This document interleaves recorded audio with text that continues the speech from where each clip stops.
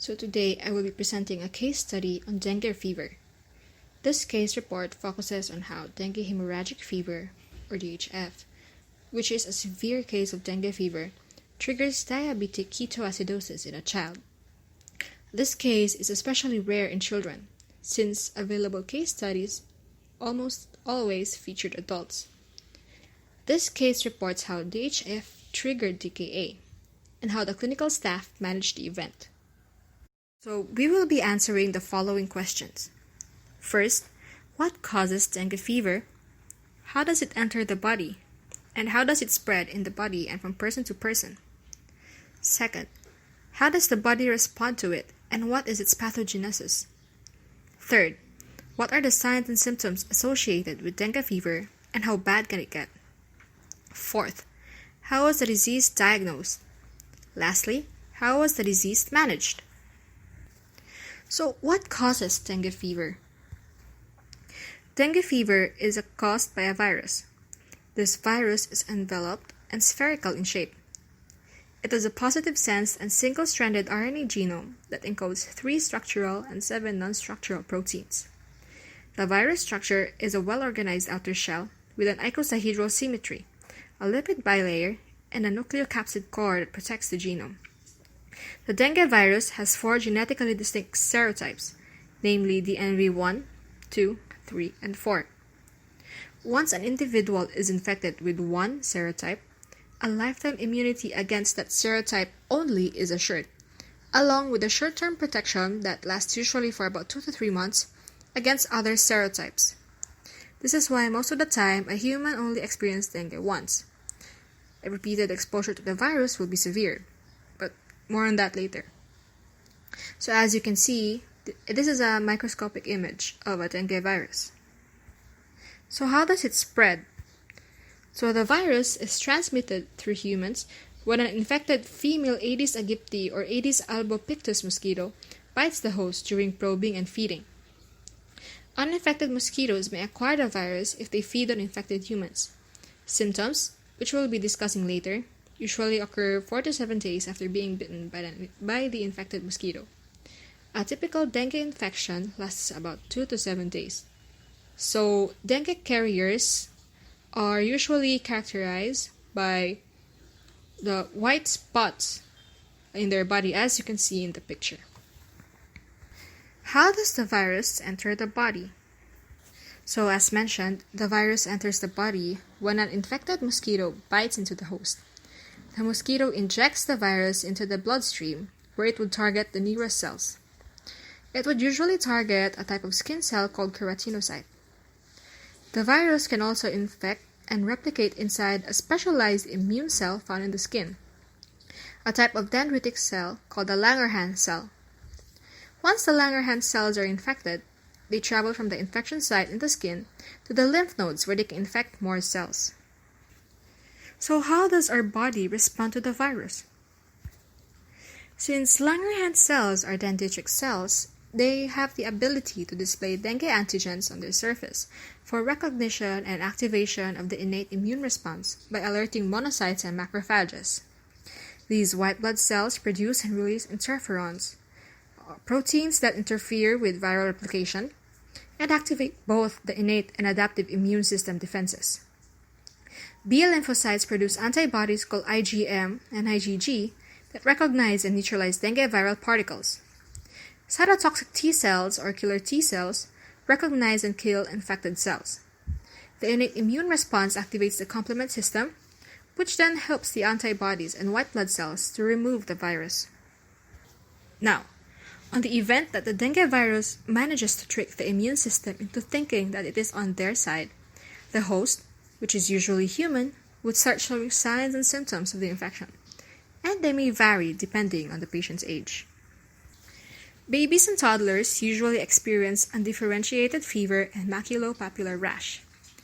In medicine, undifferentiated fever is a term applied to illnesses resulting from arboviruses, or viruses transmitted by arthropod vectors like mosquitoes. So yes, dengue fever is an example of an arbovirus. Maculopapular rash is a type of rash usually characterized by a flat area on the skin covered with small confluent bumps. So as you can see, the patient in the picture is covered with maculopapular rash, which is commonly seen in dengue patients. Older children and adults may have either a mild fever or an abrupt onset of high fever, severe headache, pain behind the eyes, muscle and bone or joint pains, nausea and vomiting, and maculopapular rash. Some laboratory tests are also done to determine if a patient has a dengue infection or not. The dengue NS1 antigen test is a rapid test that detects the presence of non-structural NS1 protein of dengue virus in the blood. A positive test is shown by 2 lines. In the picture, whoever did the dengue NS1 antigen test is negative for dengue virus since it only showed 1 line. CBC measures the amount of red blood cells, white blood cells, hemoglobin, hematocrit or plasma, and platelets in the blood. Usually, with dengue patients, they have leukopenia and thrombocytopenia. So, leukopenia and thrombocytopenia are abnormally low levels of leukocytes and platelets, respectively. Now, a patient with dengue fever usually recovers after a week. But there are cases when symptoms worsen and become life-threatening and cause dengue hemorrhagic fever. Dengue hemorrhagic fever happens when the patient is unable to recover quickly and develops life-threatening symptoms such as fever that lasts for 2 to 7 days, hemorrhagic tendencies such as bruising, cold and clammy skin and restlessness, plasma leakage evidenced by raised hematocrit levels and pleural effusion, a rapid and weak pulse, a large liver, and hypotension.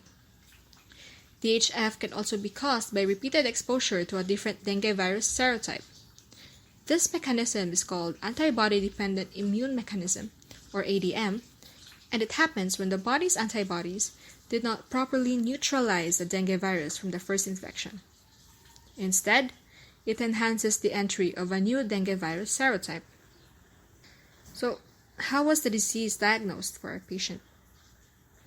A 13-year-old boy with no history of health complications was suddenly brought to the hospital after experiencing fever, generalized body ache, headache, cough, and mild diarrhea for 4 days, and abdominal pain and vomiting for 2 days. Upon examination, he was observed to have developed a slight fever, was looking ill and flushed, but was rational and hemodynamically stable. A series of lab tests were made, including a complete blood count, a random blood glucose test, and an abdominal examination. His CBC showed leukopenia and thrombocytopenia. His glucose levels were fairly normal, and he showed signs of liver enlargement by 3 centimeters. He was then diagnosed with dengue hemorrhagic fever and was rehydrated with fluids orally at a rate of 75 milliliters per hour. 5 days after admission, the boy started to deteriorate. He had low volume pulse, tachycardia, cold and clammy extremities, and narrow pulse pressures while on intravenous 0.9% saline and oral fluids. His urine output remained surprisingly satisfactory. In addition, he became more irritable, thirsty, tachypneic, and had severe generalized abdominal tenderness. His CBC showed increase in the number of leukocytes, but a decrease in platelets. His hemoglobin levels were fairly high, and his CRP, or C-reactive proteins, which is a globulin found in blood resulting from inflammation, were elevated. He also had raised blood urea, which is a sign of kidney failure, and his liver functions were unstable. An ultrasound revealed mild ascites, which is the accumulation of fluid in the lung cavity, and bilateral pleural effusions. His capillary blood glucose was very high. He was then diagnosed with diabetic ketoacidosis, co-occurring with DHF, and was transferred to the ICU. Unfortunately for the patient, he only got worse. While in the ICU, he had moderate to severe metabolic ketoacidosis and was positive for urine ketone bodies. He was resuscitated with dextran 40 with a dose of 10 milliliters per kilogram once. Then he was started with 0.9% saline with soluble insulin infusion. His blood glucose was monitored orally until glucose levels dropped between 200 and 238 milligrams per deciliter. He was also advised to take foods with complex carbohydrates and his fluids were adjusted according to his vital signs. He showed signs of improvement after 24 hours of critical period. His fluids and insulin were reduced to half. After 48 hours on critical period, he tested negative for presence of urine ketone bodies, and intravenous insulin was changed to subcutaneous insulin. After 72 hours in the ICU, he was moved back to the medical ward. In the medical ward, he continued on subcutaneous insulin and food according to the dietitian's advice.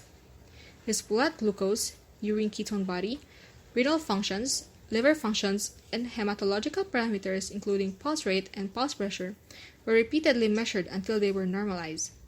He tested positive for glutamic acid decarboxylase, which is an autoantibody found in 80% of patients with type 1 diabetes mellitus.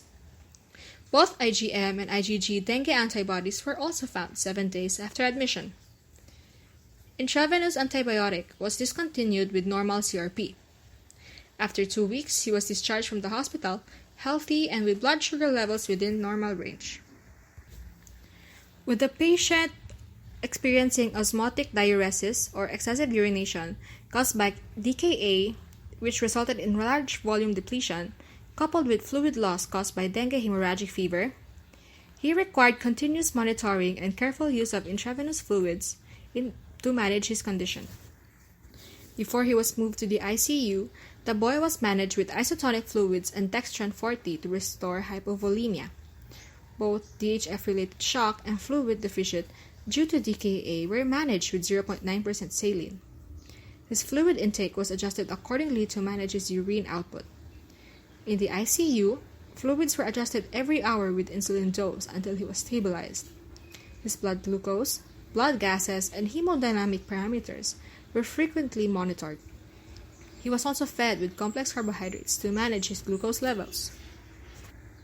It was believed that dengue hemorrhagic fever triggered diabetic ketoacidosis, as the patient had previously undiagnosed type 1 diabetes mellitus. There have been cases of dengue fever triggering DKA, but it was mostly observed in adults and rarely in children. Type 1 diabetes mellitus is associated with autoimmunity, and the immune system may be activated with signs of inflammation in tissues and capillaries and could lead to an increased release of pro-inflammatory cytokines, which explains the higher risk of plasma leak in dengue fever. Fortunately for the child, he was able to recover quickly as he was conscious throughout the critical period and was able to cooperate with the medical personnel. After he was discharged, he was put under insulin pump therapy for his diabetes. His growth and school performance had been within normal range at 1 year limit follow-up.